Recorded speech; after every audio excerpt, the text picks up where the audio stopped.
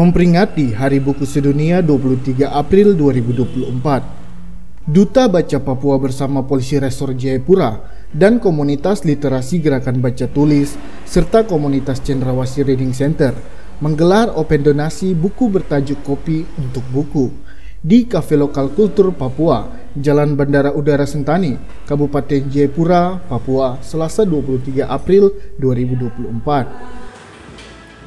Kegiatan itu bertujuan mengumpulkan buku bacaan, buku tulis dan alat tulis untuk didistribusikan ke beberapa rumah baca di kampung-kampung yang ada di Kabupaten Jayapura. Beberapa rumah baca yang sudah kita data, jadi dari semua buku yang nanti terkumpul, kegiatan ini kita laksanakan mulai hari ini tanggal 23 April sampai dengan 2 Mei di Hari Pendidikan.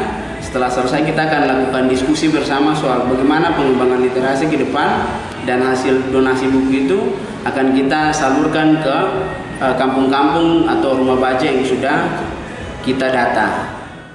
Buku-buku yang dikumpulkan itu sesuai dengan kebutuhan rumah-rumah baca, seperti buku cerita anak bergambar, buku novel dan dongeng, buku pengetahuan umum, pengembangan diri. Dan dengan catatan tentu saja bukunya masih layak baca.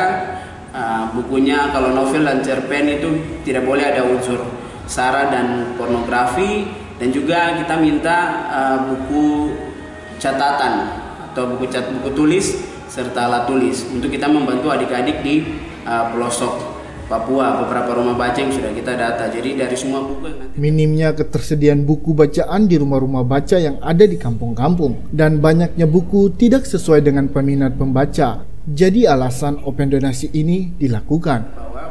Kebanyakan buku-buku yang ada di rumah baca itu buku-buku yang sudah lama atau buku-buku yang tidak sesuai dengan peminat baca yang datang. Jadi karena yang datang ke sana itu kebanyakan anak-anak usia 4-10 tahun. Dan pada usia itu sebenarnya mereka butuh buku-buku bacaan yang bergambar, jadi lebih mudah dipahami.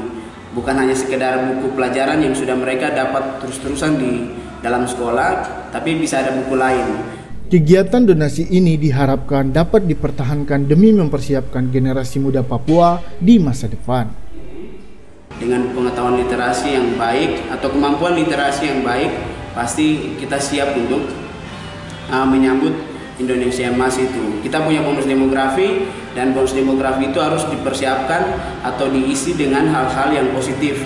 Hingga ke depan nanti ketika Indonesia Emas, memang benar-benar anak-anak muda itu Indonesia Emas begitu, membuat Indonesia jadi emas, bukan menjadi beban bagi negara.